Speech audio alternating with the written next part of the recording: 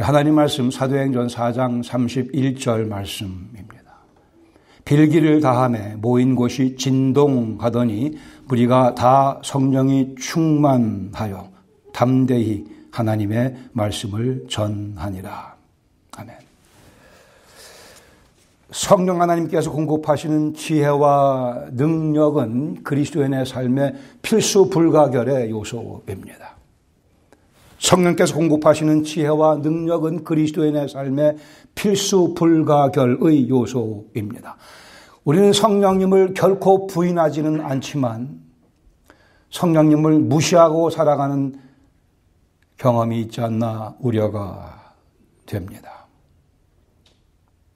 여러분, 모르시는 특별한 정보를 제가 알려드리겠습니다. 지옥에 가면 엄청나게 좋은 식당이 있다고 합니다. 음식 맛이 뛰어나고 커피 향도 좋고 내부 치장도 정말 뛰어나게 해놓은 완벽한 그런 식당이 있다고 합니다. 음식을 마음대로 먹을 수 있고 커피도 마음대로 마실 수 있고 모든 음료수를 마음대로 취할 수 있는 그러한 식당. 근데 한 가지 중요한 것은 여성만 들어갈 수 있는 식당이거니와 한 가지 할 수 없는 일은 그 식당 안에서는 얘기를 못한다고 합니다. 어떠세요? 우리 여성 자매님들. 아무리 음식이 훌륭해도 수다를 못 떨면. 우리 남성들을 위한 스토리가 있습니다. 지옥에 가면 골프장이 있습니다. 엄청나게 좋은. 잔디가 정말 멋지고 그린 퍼펙트하고 페어웨이 양쪽에 나무가 쫙 도열해 있고 훅이 나거나 슬라이스를 쳐도 그 나무를 맞고 다시 공이 페어웨이에 떨어지는 그런 골프 코스가 있다고 합니다. 완벽한 골프 코스인데 문제는 거기에 지옥에는 골프 공이 한 개도 없다고 합니다. 그러니까 지옥 가시면 안 되죠. 재미없습니다. 골프 공이 없으면 골프를 못 칩니다. 성령의 인도하심이 없으면 크리스천 라이프가 어려워질 뿐이 아니고 불가능해집니다. 그러게 예수님께서 우리 죄를 위해 십자가에 죽으시고 부활하시고 승천하시고 성령님을 보내주셨습니다. 예수님께서는 그 성령님을 보내주시겠다고 이미 여러 차례에 걸쳐서 십자가 지시기 전에 우리에게 약속해 주셨습니다. 성령님을 보내시겠다는 예수님의 약속, 예수님 하나님의 계획 가운데 들어있던 것입니다. 그리스도의 그 위대한 십자가와 부활의 사건이 있지만 오늘 우리에게 필수 불가결의 사건과 현실과 진리는 성령님이 모든 믿는 자들의 몸을 성전 삼아 내재하신다고 하는 사실입니다. 이 성령님을 보내신다는 약속은 예수님의 죽으심을 전제로 하고 있습니다. 부활과 승천을 전제로 하고 있습니다. 예수님께서 부활하시고 승천하셔야만 성령님께서 오시게 되어 있습니다. 요한복음 7장 38절에 보시면 예수님 말씀하기를 나를 믿는 자는 성경의 이름과 같이 그 배에서 생수의 강이 흘러나오리라 하시니 이는 그를 믿는 자들이 받을 성령을 가리켜 말씀하신 것이라 그랬습니다.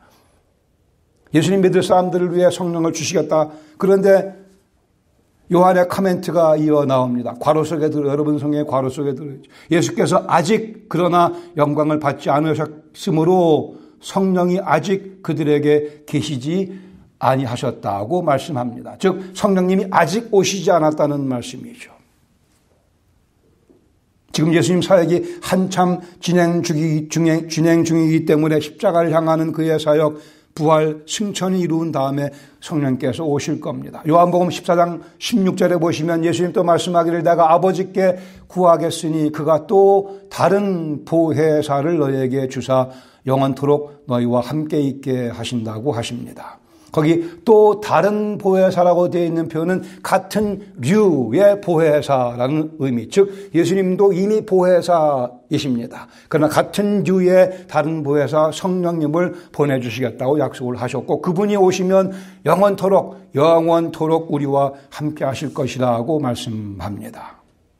이 성령님은 존재론적으로 예수님과 동등하신 하나님, 삼위의 하나님이십니다. 예수님께서 부활하신 후에 또 제자들을 찾아오셔서 너희에게 평강이 있을지어다라고 말씀하십니다. 요한복음 20장 21절에 보시면, 그리고 말씀하기를 아버지께서 나를 보내신 것 같이 나도 너희를 보내노라, 이 말씀을 하시고 그들을 향하여 숨을 내쉬며 이르시기를 성령을 받으라고 하십니다. 이 말씀의 이 장면은 그 자리에서 성령을 주신 것이 아니고 당신이 승천하시고 보내실 성령을 받을 것에 대해 영어로는 acted parable입니다. 행동을 통해서 비유적인 것을 가르쳐 주시는, 그래 숨을 내쉬면서 이제 너희가 곧 성령을 받을 것을 약속해 주십니다. 약속의 재확인이죠. 그리고 드디어 우리가 아는 것과 마찬가지로 사도행전 2장 1절 오순절 날이 이미 이름에 그들이 다 같이 한 곳에 모였더니 호련히 하늘로부터 급하고 강한 바람 같은 소리가 있어 그들이 앉은 온 집에 가득하여 마치 불의 혀처럼 갈라지는 것들이 그들에게 보여 각 사람 위에 하나씩 임하여 있더니, 여기서 성령 강림, 예수님 약속하신 성령을 보내시겠다는 그 약속의 성취가 이루어지고 있습니다. 성령께서 이 땅으로 내려오신 사건입니다. 4절에 그들이 다 성령의 충만함을 받고 성령이 말하게 하심을 따라 다른 언어들로, 방언으로 말하기를 시작했다고 말씀합니다. 이것이 바로 성령 강림 사건입니다. Only one event. 성령의 강림 사건은 한 번만 나타납니다. 예수님의 강림 사건, 성탄절, 크리스마스가 하나인 것과 마찬가지입니다. 예수님이나 성령님이나 다 무소부재하신 하나님이십니다. 구약에도 늘 계시고 영원전부터 계시는, 어느 곳에나 다 계시는 예수님, 성자 하나님, 어느 곳에나 다 계시는 성령 하나님. 그러나 성탄절에 예수님께서는 사람의 몸을 입고 우리를 찾아 이 땅에 내려오셨거니와, 성령 하나님께서는 이 오순절날 특별한 방법으로 이 땅에 내려오셔서 각 믿는 사람들의 몸을 성전 삼아 내재하시기를 시작하신 사건입니다. 성령님은 다시 오실 수가 없고 이미 와 계십니다. 그러기에 성령여 강림하사라는 찬송 가사를 우리가 구태여 성령여 역사하사로 바꿔 부른 이유가 여기에 있습니다. 성령님은 이미 믿는 사람들 가운데 와 계십니다. 그러나 이 오순절 사건을 통해 그 첫 번째 그리고 유일한 성령 강림의 사건이 이루어졌다라는 말씀입니다. 예수님의 약속이 성취된 거죠. 성령께서 공급하시는 지혜와 능력은 그리스도인의 삶의 필수 불가결의 요소입니다. 제자들의 모습이 이 진리를 잘 증명해 주고 있습니다. 성령 강림 전에 제자들의 모습을 함께 보겠습니다. 제자들을 예수님 사랑하던 사람들입니다. 뜨겁게 사랑하던 사람들입니다. 요한복음 11장 16절에 보시면 디두모라고도 하는 도마가 다른 제자들에게 말하기를 우리도 주와 함께 죽으러 가자라고 얘기를 합니다. 나사로가 죽은 상황에 예수님께서 기다리셨다가 당신의 계획 가운데 이제 나사로를 보러 가자고 말씀합니다. 이 사건 전에는 바로 유대인들이 예수님을 죽이려고 하는 그런 시도가 예루살렘을 중심으로 있었습니다. 그러자 도마가 뭐라고 그래요? 예수님 내려가시면 죽임당할지 모르니까 우리도 예수님과 함께 죽으러 가자고 한 주님에 대한 충성과 사랑과 열정적인 그의 자세를 도마는 표현하고 있습니다. 우리도 주와 함께 죽으러 가자. 잘 아시는 것과 마찬가지로 예수님께서 베드로에게 네가 나를 모른다고 3번 부인하리라라고 잡히시기 전날 밤 말씀하시자 베드로가 뭐라고 그래요? 절대 그런 일은 벌어지지 않을 것입니다. 내가 오게라도, 누가복음 22장 33절에 내가 오게라도 죽는데라도 같이 가기를 각오하였나이다. 베드로는 예수님과 함께 십자가에 돌아가시는 그 모습에 같이 동참하기를 간절히 원했습니다. 주님에 대한 사랑 분명했습니다. 그러나 우리가 아는 것과 마찬가지로 그렇게 열정적인 사랑을 고백했던 제자들, 예수님 십자가에 달리실 때 마태복음 26장 56절 이에 제자들이 다 예수를 버리고 도망합니다. 다 도망합니다. 도마가 도망갔습니다. 죽으러 가자 했던 도마가. 그러나 그나마 베드로와 요한은 예수님을 따라갑니다. 그러나 복음서는 분명히 밝혀 말하기를 예수님 따라가되 멀찍이서 예수님을 따라갔다고 합니다. 그렇게 멀찍이서 아마 약속을 지키려 했던 베드로, 우리가 아는 것과 마찬가지로 예수님을 3번씩이나 모른다고 부인합니다. 누가복음 22장 60절에 보시면 베드로가 3번째 부인하는 장면입니다. 이 사람아, 나는 내가 하는 말을 알지 못하노라고 아직 말하고 있을 그때에 닭이 곧 울더라. 베드로의 주님을 향한 사랑과 열정, 그러나 이 십자가의 위기 앞에서 그냥 무너져 내리고 맙니다. 베드로는 스스로가 참으로 창피했을 겁니다. 내가 주님 사랑한다고 했는데. 더욱더 기가 막힌 상황이 복음서에 기록되어 있습니다. 요한복음 21장 가서 보시면 예수님이 부활하셨고 적어도 2번 제자들을 만나셨습니다. 부활하신 모습으로 평강이 너희에 있을지어다 말씀하셨고, 부활의 주님, 그들은 예수님의 손에 못자국도 허리에 창자국도 확인해 봤습니다. 주님께서 보여주셨으니까요. 그럼에도 불구하고 요한복음 21장 3절에 보시면 시몬 베드로가 얘기하기를 나는 물고기 잡으러 가노라 하며 다른 6 제자들도 우리도 함께 가겠다고 하고 나가서 배에 올랐으나 그날 밤에 한 마리도 잡지 못했다고 기록되어 있습니다. 부활의 주님을 만났으면 나가서 부활의 주님의 복된 소식을 선포해야죠. 베드로가 뭐라고 그래요? 나는 고기나 잡으러 간다. 그 정도의 뉘앙스입니다. 과거에 어부였던 베드로, 어망을 다 버리고 예수님 따르는 삶을 시작했던 그 베드로가 다시 어망을 걸머쥐려 하고 있습니다. 아니, 걸머줬습니다. 그러나 한 마리 못 잡고 말죠. 부활의 주님을 만나 뵀음에도 불구하고 자기들이 저지른 주님께 대한 범죄, 예수님 버린 것, 부인한 것, 그 죄책감에 짓눌려서 감히 예수님 제자라고 스스로를 밝히지 못하고 있는 안타까운 제자들의 모습입니다.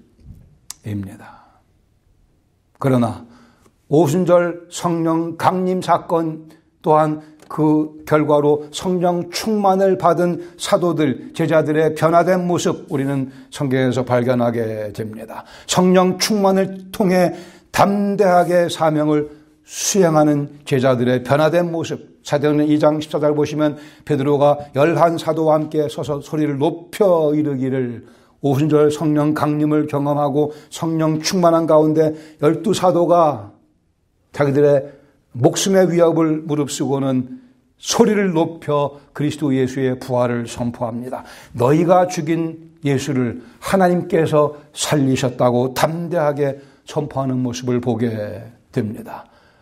드라마틱한 극적인 변화가 생겨나는 이유는 성령 충만의 결과입니다. 그러기에 예수님께서 내가 또 다른 보혜사를 너희에게 보낼 것이고 그 성령께서 오셔야 너희가 제대로 예수님의 증인의 사명을 감당할 수 있을 것이라 반복해서 말씀하셨던 겁니다.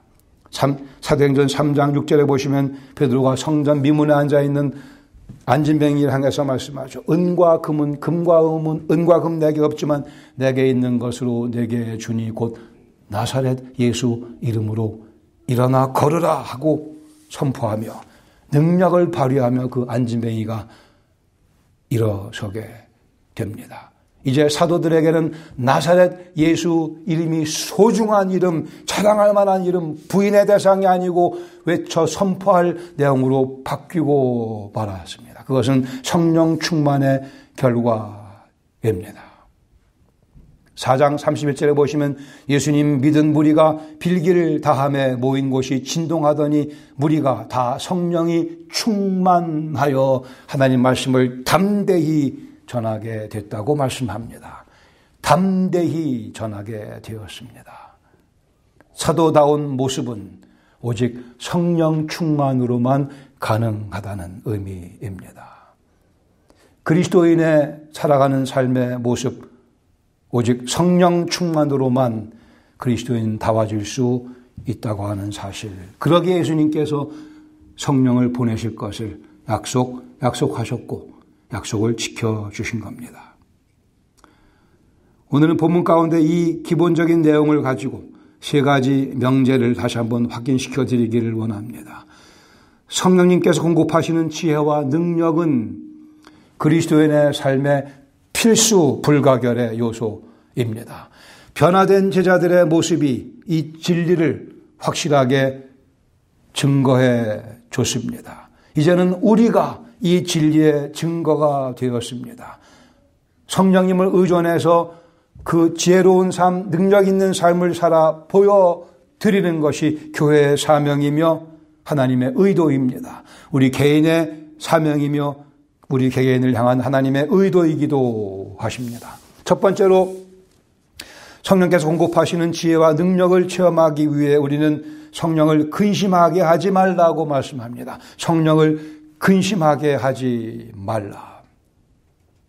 성령을 근심하게 한다는 것은 성령님을 슬프시게 만든다는 거죠. 성령님은 감정을 지니신 하나님이십니다.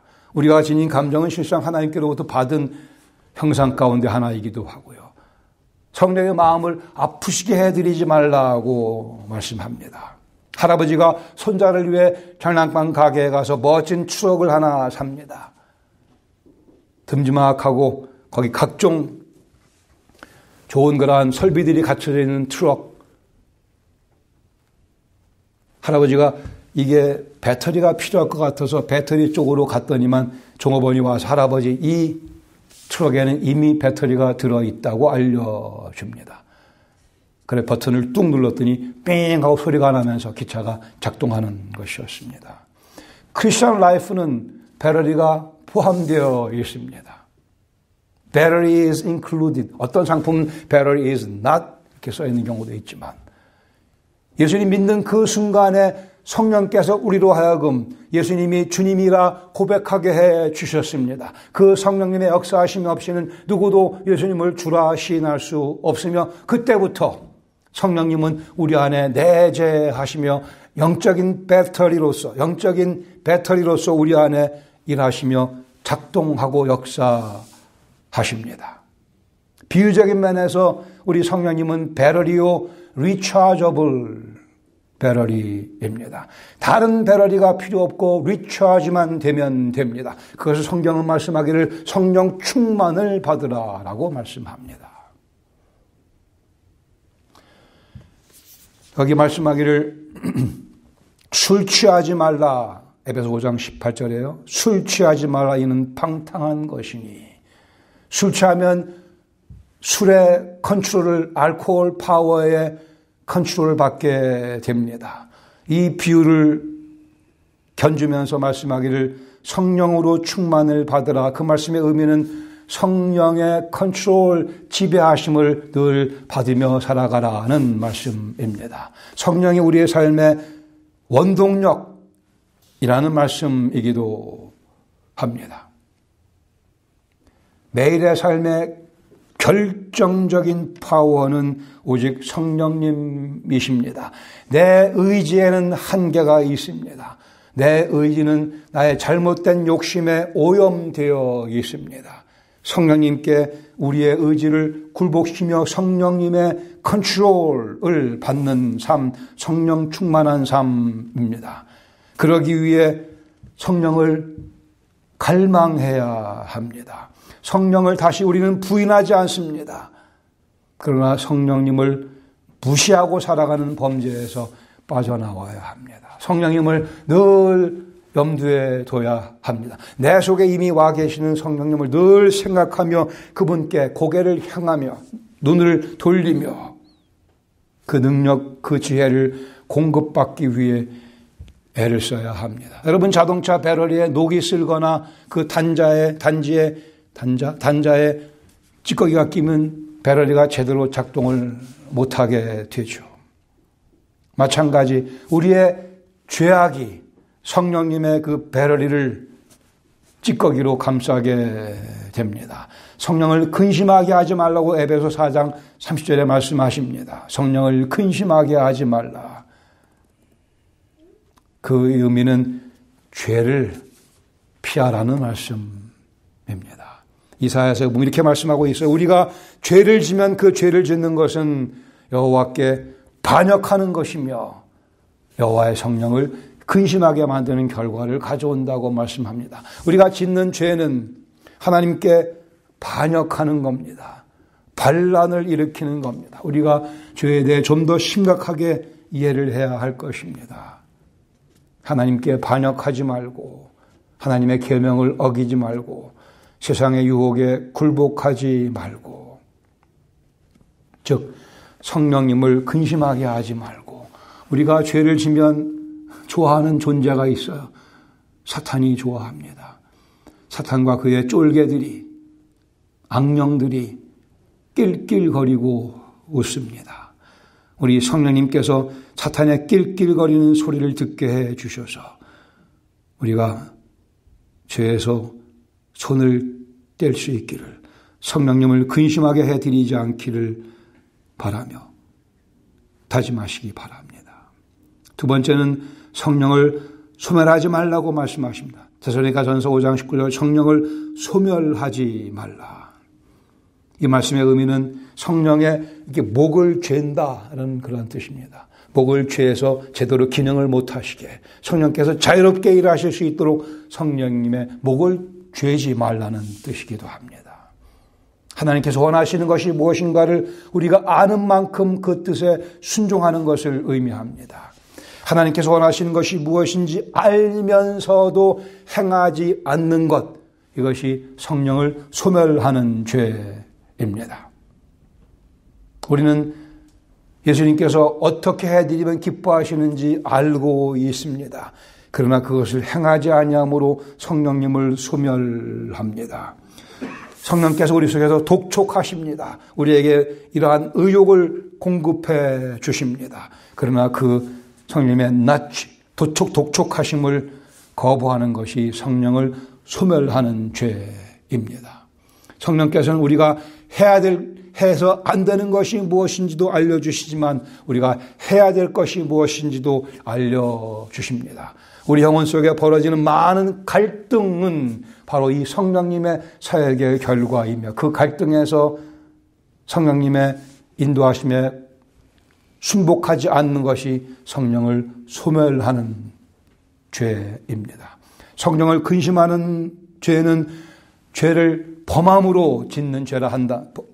죄를 범하는 것이라 한다고 한다면 성령님을 소멸하는 것은 성령께서 하시라고 하는 것을 하지 않는 것을 의미합니다. 영어로는 sin of commission 그리고 sin of omission 이렇게 설명을 합니다. 죄를 짓고 선을 행하지 않고 성령 근심, 성령 소멸. 그러기에 세 번째로 성령께서 공급하시는 지혜와 능력을 체험하기 위해서는 성령 충만 속에 살아가야 합니다. 다시 한번 술 취하지 말라. 이는 방탕한 것이니 오직 성령으로 충만을 받으라고 말씀하십니다. 성령님의 지배를 받으며 살아가라 말씀하십니다.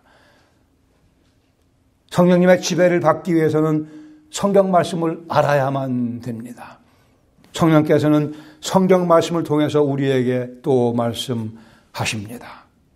성령 충만이란 성령님의 지배를 받는 것을 의미하며 내 의지를 성령님의 이끄심에 순복시키는, 굴복시키는 것을 의미합니다. 성령 충만은 순종을 가리킵니다. 순종은 성령 충만을 더 깊이 경험하게 되며 그 성령 충만은 더 쉽게, 더 기쁘게 순종할 수 있게 해 줍니다. 영적인 부익부에 원리가 놓여져 있습니다. 말씀에 순종하기를 즐겨하면 말씀에 순종하는 일이 점점 더 쉬워집니다. 말씀에 순종하기를 거부하면 말씀에 순종하기를 거부하는 게 더 쉬워집니다. 어떻게 하면 성령 충만을 받을 수 있냐고요? 먼저 하나님 성령 충만 허락해 주시옵소서 기도드려야죠. 그 기도는 100이면 100 다 응답됩니다. 왜? 그것이 하나님의 뜻이기 때문에. 중요한 것은 그러나 성경 말씀을 알아야만 됩니다. 하나님의 뜻이 무엇인지 알아야 순종하지 않겠습니까? 그러기에 성령 충만을 간구하는 영혼은 하나님 말씀을 열심히 공부합니다. 하나님의 뜻을 발견하기 위해 배우기 위해 애를 씁니다. 그때 하나님께서 그 기도에 응답하시며 성령 충만으로 우리에게 임하십니다. 그리고 우리에게 말씀하십니다. 그때 그 말씀에 귀를 기울이며 내 의지를 성령님께 굴복시킬 때 우리의 기도가 완성되며 응답되며 성령 충만을 경험하게 됩니다. 그때 주님의 말씀에 순종하는 것은 즐거운 일로 변화됩니다. 즐거운 일로 변화됩니다. 내가 지금 주님 뜻에 순종하고 있구나, 참 좋다라는 그런 감정적인 확신까지 우리가 경험할 수 있게 됩니다. 성령 충만은 특별 집회에 가서 받는 게 아닙니다. 혹시 오해하는 분들이 있을지 모르겠습니다. 성령 충만은 특별 집회에 가서 경험하는 게 아니고 오늘 우리 집안에서 경험하는 겁니다. 가정 생활이 즐거운 것이 성령 충만의 한 증거일 수 있습니다. 적어도 가정 생활이 즐겁지 못하면 분명한 것은 성령 충만은 아니라고 하는 사실입니다. 직장 생활에서 우리는 성령 충만을 경험하도록 부름받은 제자들입니다. 다른 사람과의 마찰 속에서 우리는 성령 충만을 경험하며 과연 내 안에서 성령께서 일하고 계시는가를 있구나 하는 것을 보여주게 됩니다.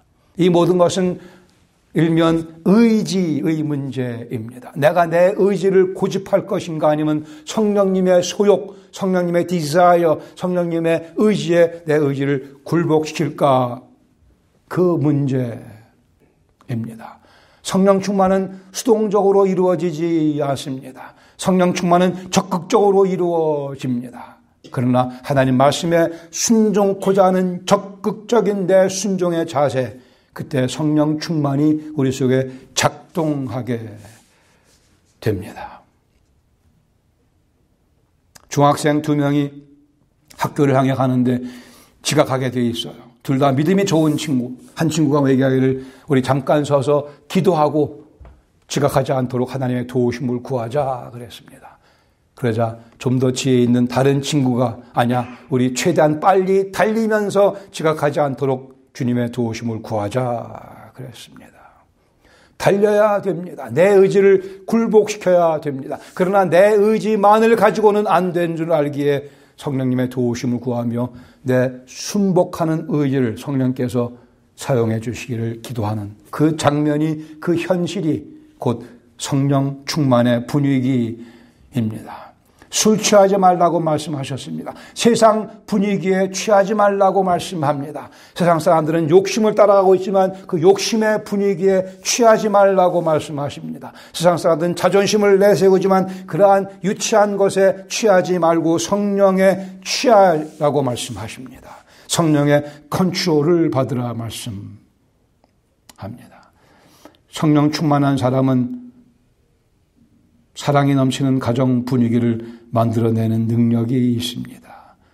성령 충만한 영혼은 주어진 시간을 낭비하지 않습니다. 게으르게 사용하지 않습니다. 성령 충만한 영혼은 육신의 건강에 투자하는 생각과 염려와 시간 이상으로 자기 영혼의 건강에 주목하며 관심을 보여줍니다. 성령 충만한 영혼은 육신의 쾌락과 평안과 안락을 추구하는 것 이상으로, 그 훨씬 더 이상으로 하나님 나라와 복음을 위해 인생을 투자합니다. 성령 충만한 영혼은 예수님 모르는 영혼을 보면 마음이 아픕니다. 그래 그분들을 위해 기도하며 그분들을 섬기기를 즐겨합니다.